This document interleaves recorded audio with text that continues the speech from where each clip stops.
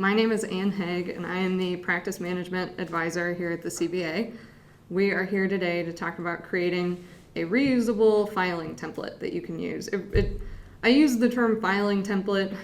This can really apply to anything that you do. Any process that you have where you find yourself creating the same document over and over again. This is going to be very useful information. With talk of automation, there's a common misconception that it decreases a lawyer's control over their processes. In reality, you actually get more control and decrease the likelihood of making careless mistakes in your documents.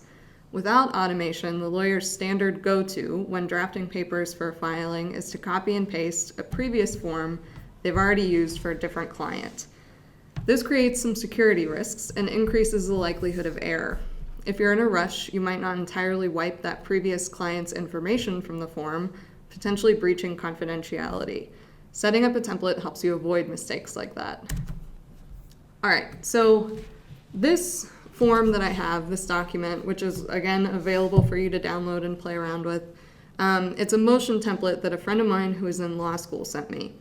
He was complaining that he was having the hardest time getting the parenthesis marks to line up, especially if a filing required additional marks to be added. So if you have to add like more rows, as you can see here, this one is like hanging off to the right, and it was so frustrating.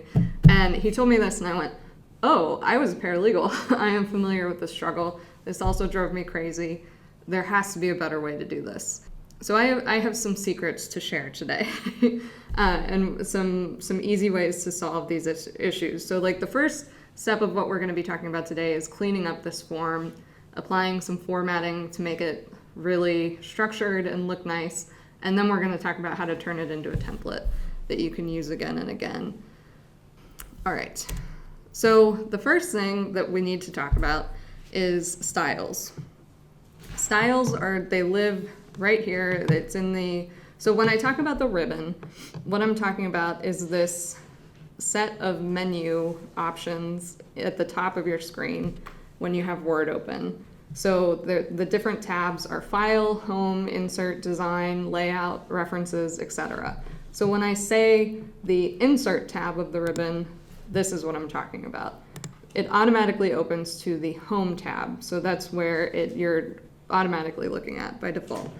The Styles options hang out in that section, and there are all these different little boxes with formatting that you probably noticed but maybe don't know what to do with. Maybe you're already using them. That's great. I love to hear that. But if not, you're in the right place. So why are styles important? What do they do for you? Consistency. When you're working on a very lengthy document, styles helps to ensure that your formatting is consistent throughout the entire text. Your headings and subheadings will all look the same without you having to pay much attention. They allow you to navigate faster. If you use the navigation pane to navigate a document that has styles to distinguish one part from another, all you have to do is click on a section in order to navigate there within the document.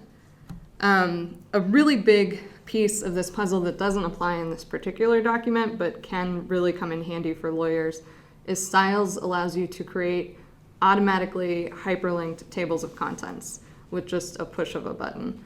I'll show you that brief. If we don't get to that today because it doesn't really apply to the document that we're looking at, there are notes in your handouts that you can look at for how to create a table of contents. Protection, you can lock down styles in a document so that others can't apply direct formatting and wreak havoc on your document to make it look inconsistent. And lastly, accessibility. Styles allows Word to distinguish between different sections of a document. This is an important aspect of making Word documents accessible to users with disabilities.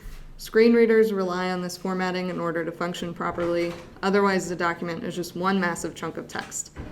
I included a link for more information about best practices for creating accessible documents in your materials. So if you're interested in that, check that out.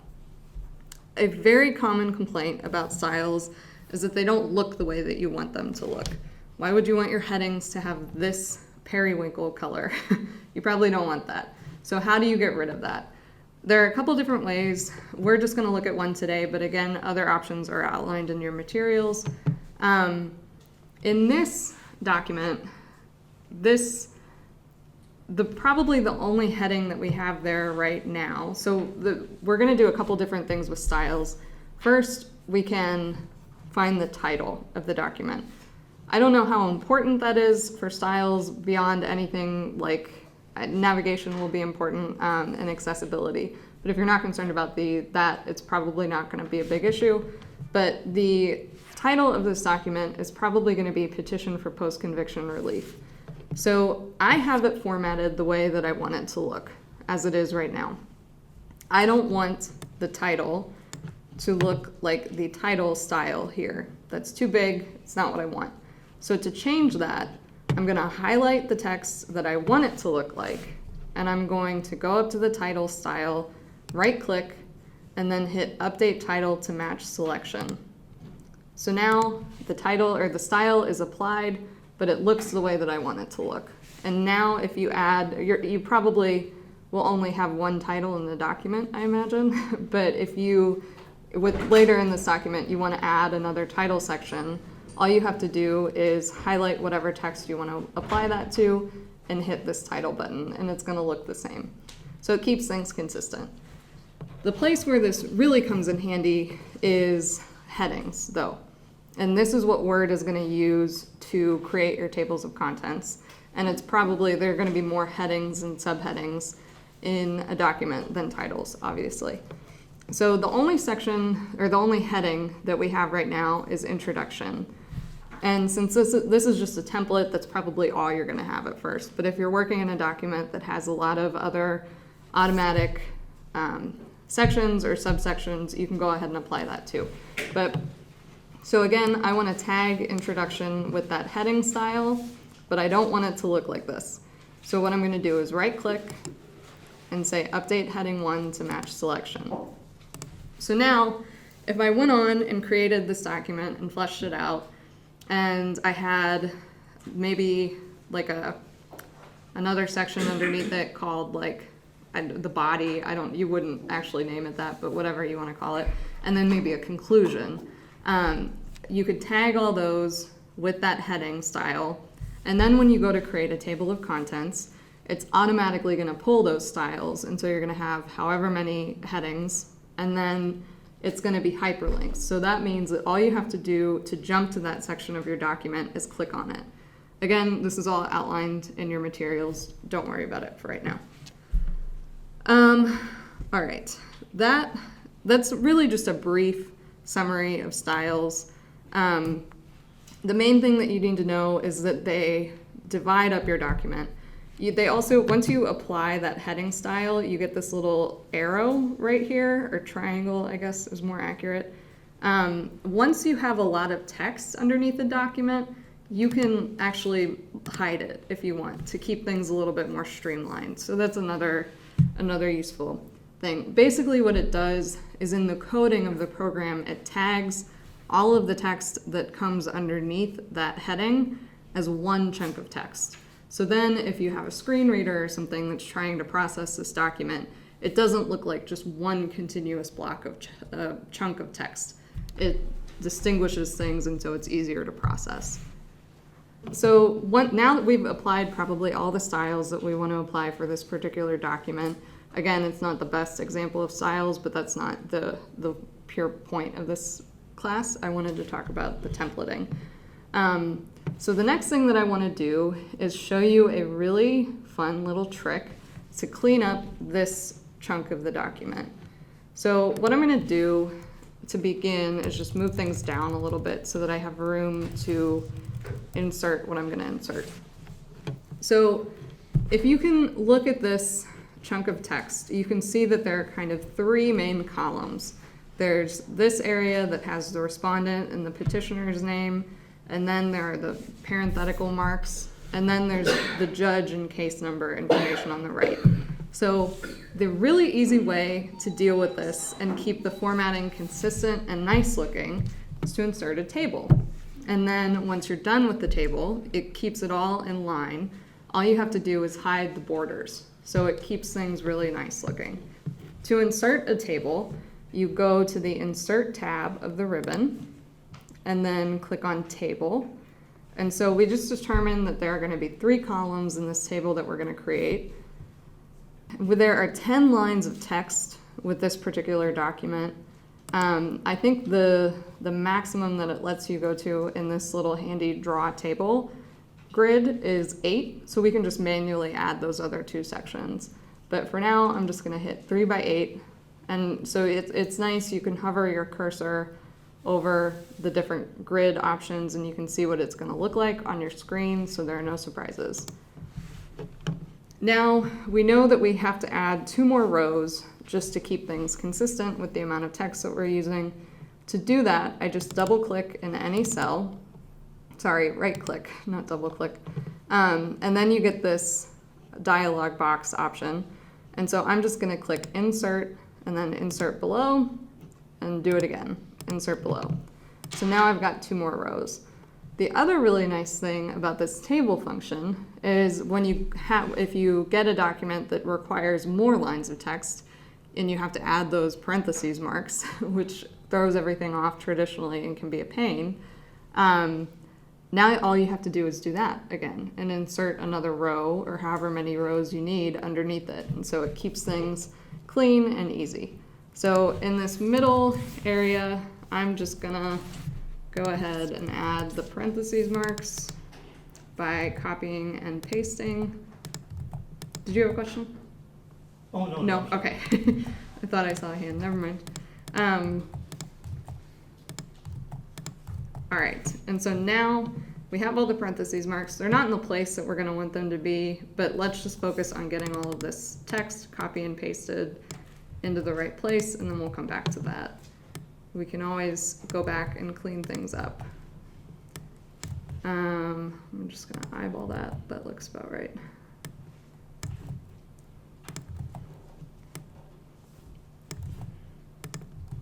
Ooh, there we go.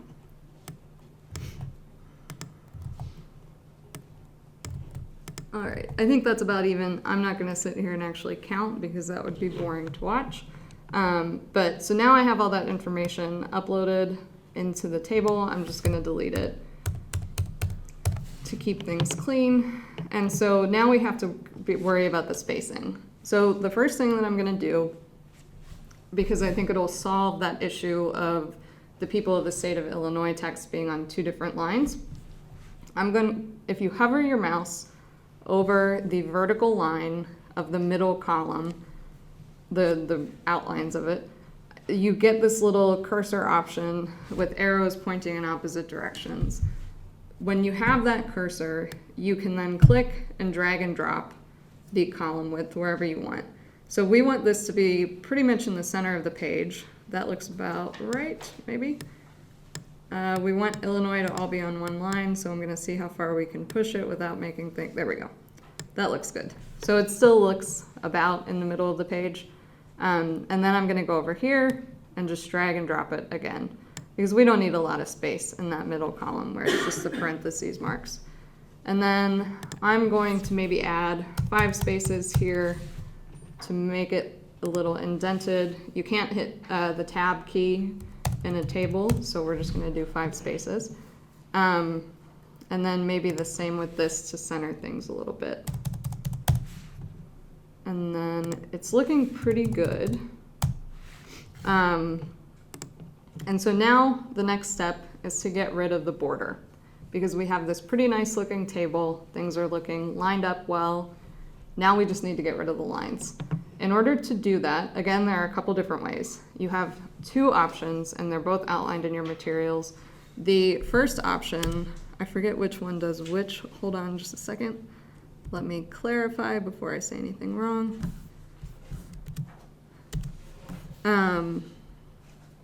All right, so there are 2 different options. You have the option to either hide the borders completely or make them white, which makes it invisible because the page is white. If you, let's see. So if you hide the borders, you want to click on this little, the four arrow mark at the top of the table, which selects everything. And then again, this little dialog box appears. This button right here is the borders button. So I'm gonna hit the drop-down menu and find no border. As you can see, if you go to print this or print it to a PDF, the lines will be invisible. But for now, they give you this like gray dotted line just so that you can still see that there's a table there. If you don't want that, if you make the lines white instead of hiding the borders, that handles that. So I am somebody who I probably don't want to see those lines at all. So I'm going to undo what I just did. Ooh, redo. And then highlight again, and then click on that same borders button, but go all the way down to the bottom to where it says borders and shading. And I'm going to find the color option and just make it white.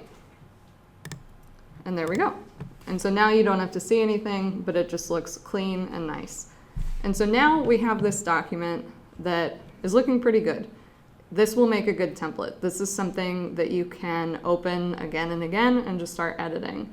So every time you need to create a new motion, it is ready to go. You enter whatever relevant information you need to add, and then you're good. So the key to doing this, to creating a template, is to actually saving the Word document as a Word template instead of so you can see at the top right now that this is just saved as a document because it says .docx. The X just means, the X isn't important. It means that you can open it with multiple different versions of Word, but the .doc means that it's a document. A Word template functions differently. The actual template is a document that is created that lives wherever you store it. So like I'm using the desktop as an example. And then whenever you go to open that document, you can you don't have to like worry about copying and pasting and creating a new document. You can immediately start editing your template. And then when you go to hit save as, when you're done working on it, it creates a new document and saves it. It doesn't overwrite the template. So your template is preserved as you see it right now, but you also have the new document with all of that client's information on it. So it's fresh, it's preserved. You don't have to worry about any revealing information getting out there accidentally. Oh, somebody's trying to present. Not today. All right, so in order to do that, in order to save this as a document, or as a template, sorry, you just go to File, Save As, all right, I don't know why it did that, why it's making me save it as a copy, but anyways. So instead of saving it as a document, or .doc, I am going to hit this drop-down menu, and I'm going to find Word template. So it's .docx instead of .doc. And I'm going to hit that and save it as motion template. It's not messy anymore, so we're going to save it just as motion template. And then I'm going to put it on my desktop just so that we can see it easily and quickly. Got it. All right. So let me make sure it's there before I close it. Yeah, all right. And so now I'm going to close that, and I'll show you how that functions now. So here you can see, it does look a little bit different. They make the like desktop shortcut items look a little bit different. Here you can see there's just a regular Word document, and right above it is the template, and it has this like additional blue like shading at the top. So now when it's like a month later, and I'm working on a motion with a new client that I want to file or prepare, I'm going to open that template, and here you will see in just a second that everything is preserved, and I don't have to worry about doing anything with this. I can immediately just start filling in the person's name. And so in reality, of course, I would have filled this all out much more, and probably started typing my brief. Then I'm going to go to File and then Save As, just like you would with any other Word document. And then set where you want it to save. As always, I'm just gonna have it go to the desktop, and I'm gonna call it Ann Haag motion and hit save. And so now I'm gonna X out of that. And so now you can see I have two different documents. I still have the template that is preserved, and none of those changes that I just made have been saved within the actual template. It reverts back to what we saved as the template. And then when I open the new document that I created, here you can see that the edit that I made, which is just my name, is visible. So that's really the key to creating a template. And again, you don't have to use this format that I'm talking about. That applies to any document that you use regularly. If you add some like basic formatting and then save it as a template, it saves you so much time in the long run. You have to invest that maybe like half hour up front of getting everything to look nice and even, but it really saves you a lot of time in the long run. So I also wanted to talk about a couple other formatting and customization options, because this is like the bare bones of creating a template. You can really take this a lot further, especially when you get into forms.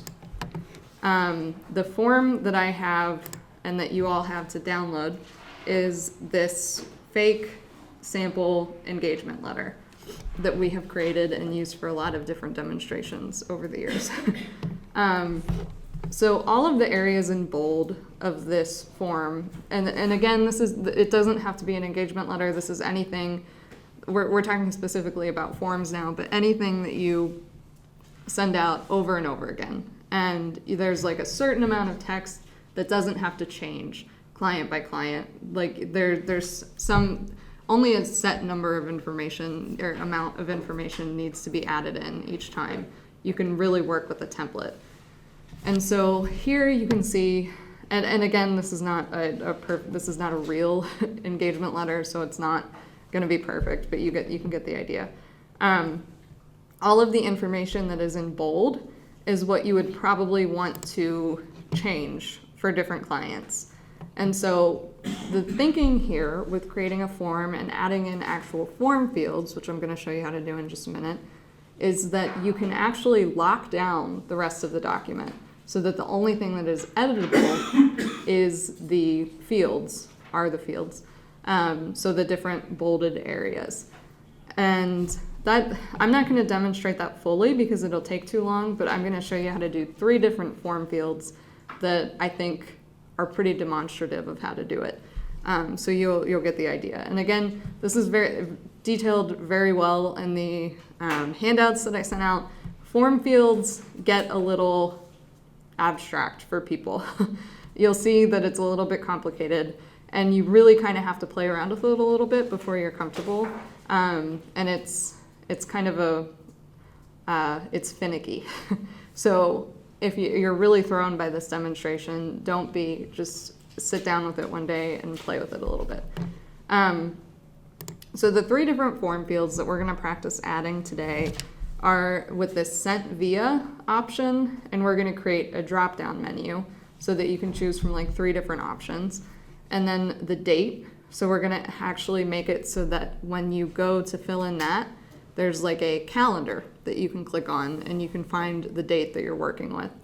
And then lastly, it's gonna be like a free response window so that you can add in whatever text you want. And we're gonna do that with this type of matter area. So the first thing that you need to do when you are talking about creating a form is find the developer tab of the ribbon. This is not turned on automatically, so if you have not already played around with this, it's not gonna be there. You actually have to turn it on. There are a couple different ways that you can do it, again, all outlined in your instructions. The easiest way is probably to go to File, and then Options down at the bottom, and then Customize Ribbon. And then these are all the different menu items that you can add to the ribbon. The Developer tab is already there for me, but you will find it in this menu on the left, and all you have to do is click on it, and then it'll add it to this area. And so it'll show up going forward. But it's already there for me, so I'm just gonna hit OK. So now I'm gonna click on the developer tab. And the main thing that we're gonna be talking about today is this controls section. So you have all these different little icons. If you hover your cursor over the different icons, you can see what they mean. There's also a very detailed list in your instructions because they're not very intuitive. The other important thing to know is that before you add a content control, which is what these little options are called, a content control is just another term for form field. Before you do that, you're going to want to click this design mode option. It doesn't change anything right now for me because I don't have any. It looks like this title option is maybe a content control, but that doesn't matter for us. So you have to have design mode on in order to insert these options and see what they're going to look like. So for the sent via option, I want to use a drop-down menu, like I said before. So we're going to find that up here. I think it's this one, drop-down list content control. And so you get this little box with like blue expanded parentheticals kind of, and then it says choose an item. So it doesn't look like much right now. That's because we have to edit it. So in order to do that, you hit properties right here. And then this box pops up and we are going to say for the title, sent via, and then tag. The tag doesn't really, you don't need to worry about that much. The main point here is that you need to add the different menu items that you're going to use. So sent via, let's say USPS is one. And to add an option, you just hit this add button right here. And so then I'm going to say email. And then maybe fax, if anyone still faxes these days. And that's good enough for this demonstration. Those are the three options that we're going to include. And so they all look good. I'm going to hit OK. And it doesn't really change anything right now. It applies the title that I applied, but nothing else changes. In order to see what this is going to look like to the person that I'm sending it to or when I'm done, all you have to do is hit design mode again and jump out of design mode. Now you can see, it makes a little bit more sense. You can see what it's going to look like, but you can't edit it at all. You have to be in design mode in order to do that. So as you're inserting form fields, you're probably going to need to jump back and forth in and out of design mode. But now you can see that there's this nice drop-down menu box, and if I click on it, then I have the options that I added. So I'm going to hit email. I'm actually not going to do that. I'm going to undo that. But you can see that you can select an option. I'm just going to leave it blank for right now. So that's the drop-down menu. The other option is date. So first, let's jump back into design mode. And then I'm going to move the date queue over. So for both of these are options that we're probably going to leave the labels on. So like sent via and date, we're just going to leave that there. And so you want to make sure that it appears in a spot on your page that makes sense still, but also makes room for the form field. So my cursor is where I want it. I'm going to go ahead now and find the calendar option up here. It's just called a date picker content control. So I'm going to click that. And then again, you have to edit it, and you do that by clicking properties. And so title, I'm just going to call it, it really doesn't matter what you call it, calendar. And then the only thing that you have to do for this one, you don't have to add options like the last one because it's a different kind of content. All you have to do is set the format that you want the date to appear.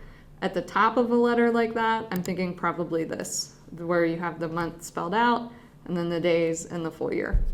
So I'm just going to select that and hit OK. And so now let's see what that would look like when you send it out. And you do that by jumping out of design mode.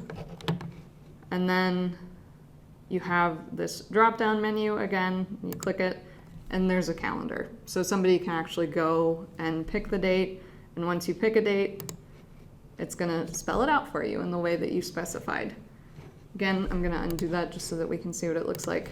The other thing that you can tell is that when we are looking at it this way, you can see that the date is a little far to the left. I think I'd like it to be a little bit more flush with the right margin, so I'm just gonna click tab until it goes to where I like.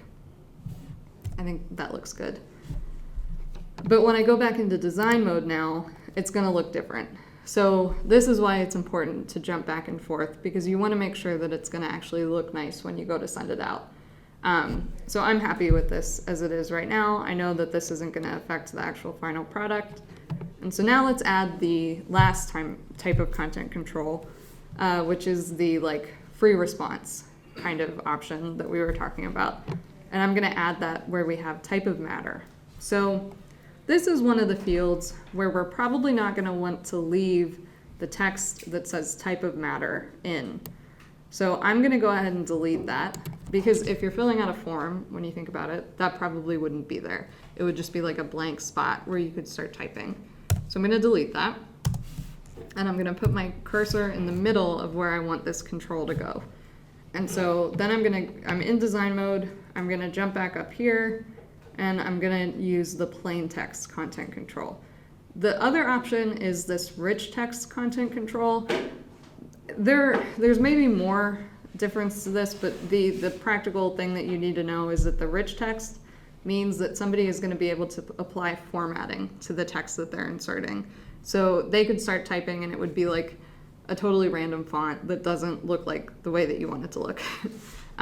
So I'm just going to use plain text, which means that they're only going to be able to use the type of font and formatting that is already there in the document. So again, this unformatted box pops up, so we're going to hit properties. And then for title, we'll call it type of matter. And then there's really nothing that we want to add to this. You can set it so that it can't be deleted. We'll get into that in a minute about actually locking things down. But for now, I'm just going to hit OK. And so let's jump out of design mode and see what that looks like. So now there's just this field where you can start typing. That looks good to me.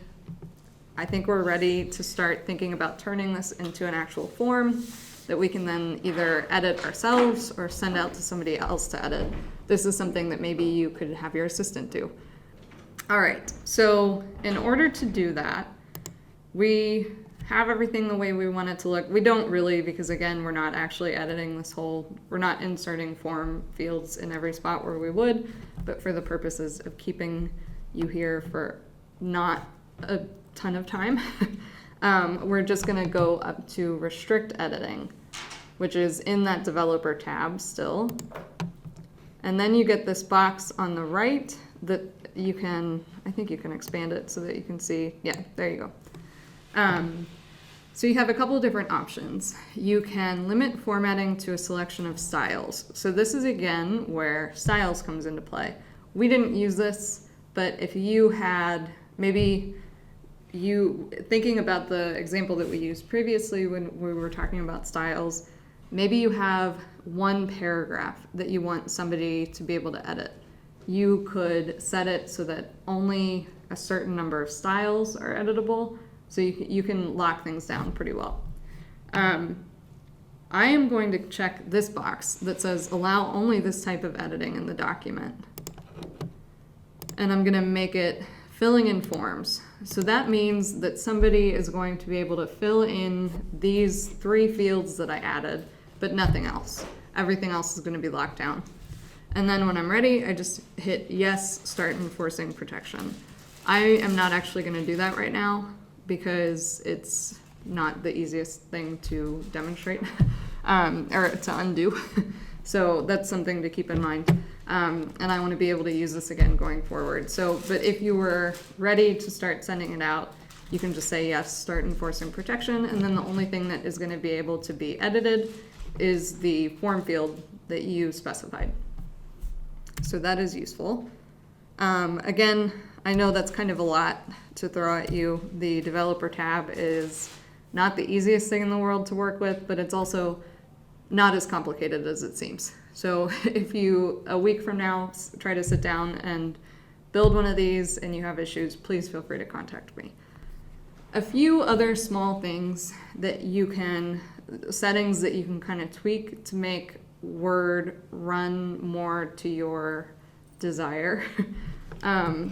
You can, autocorrect is something that tends to drive attorneys crazy because you have, especially when you get into like Latin, a lot of different really specific vocabulary that Word will either autocorrect or won't recognize as a word.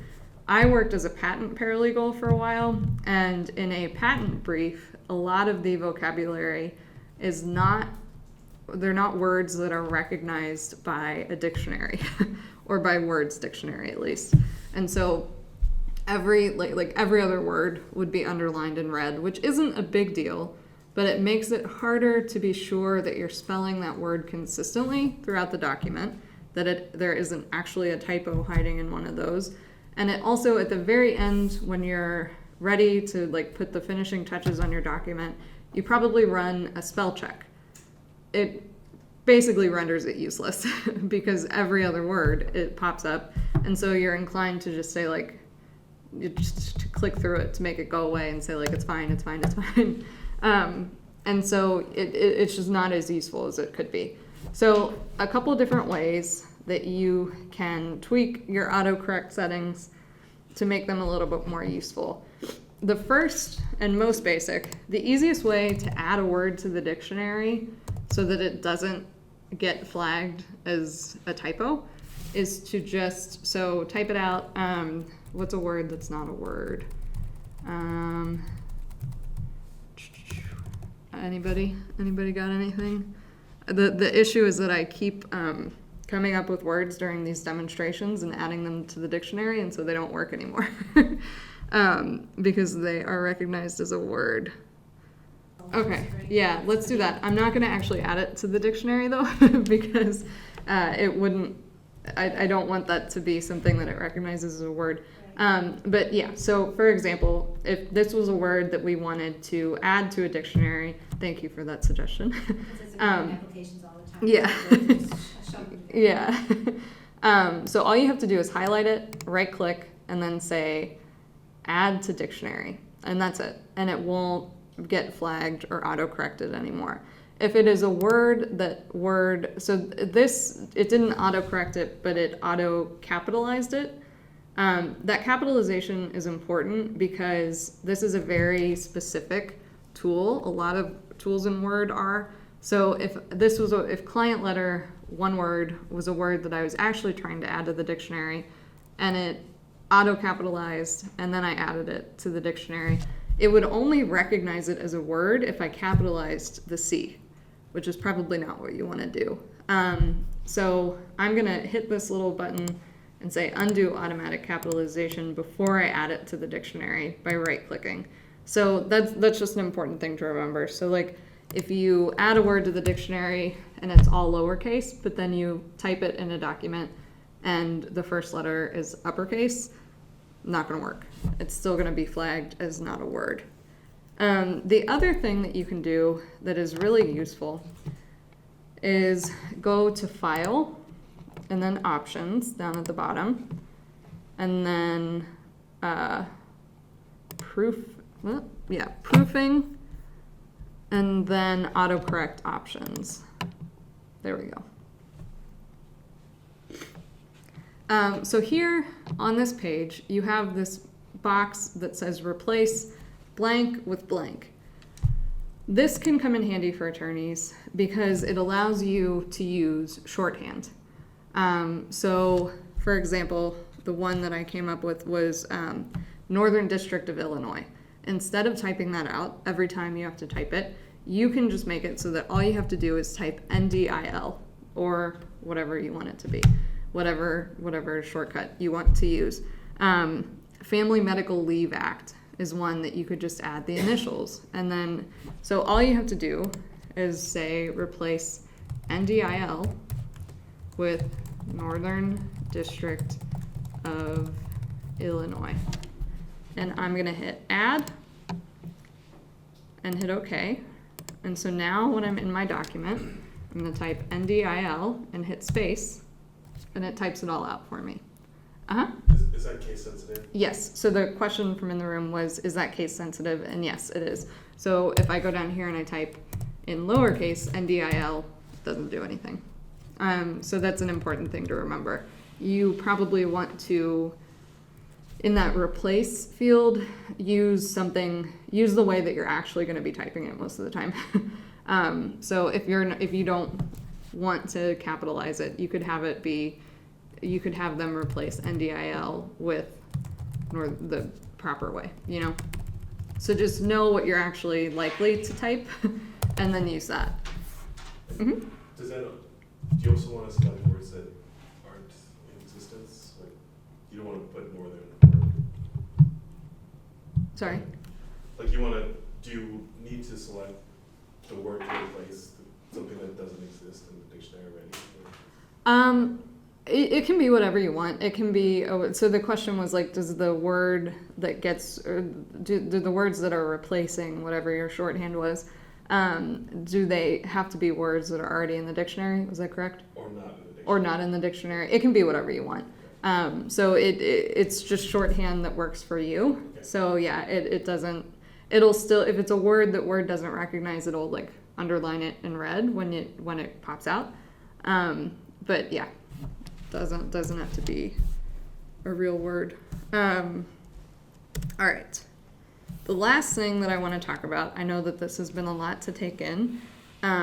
These are just the formatting and template making skills that I think are the most useful for attorneys. The last thing I want to talk about is back in the Home tab of the ribbon. And it's called, it's in the Insert tab of the ribbon, and it's called Quick Parts. If you find yourself typing certain paragraphs or chunks of text over and over again, you can use quick parts to save some time. So this would be useful for like a signature block.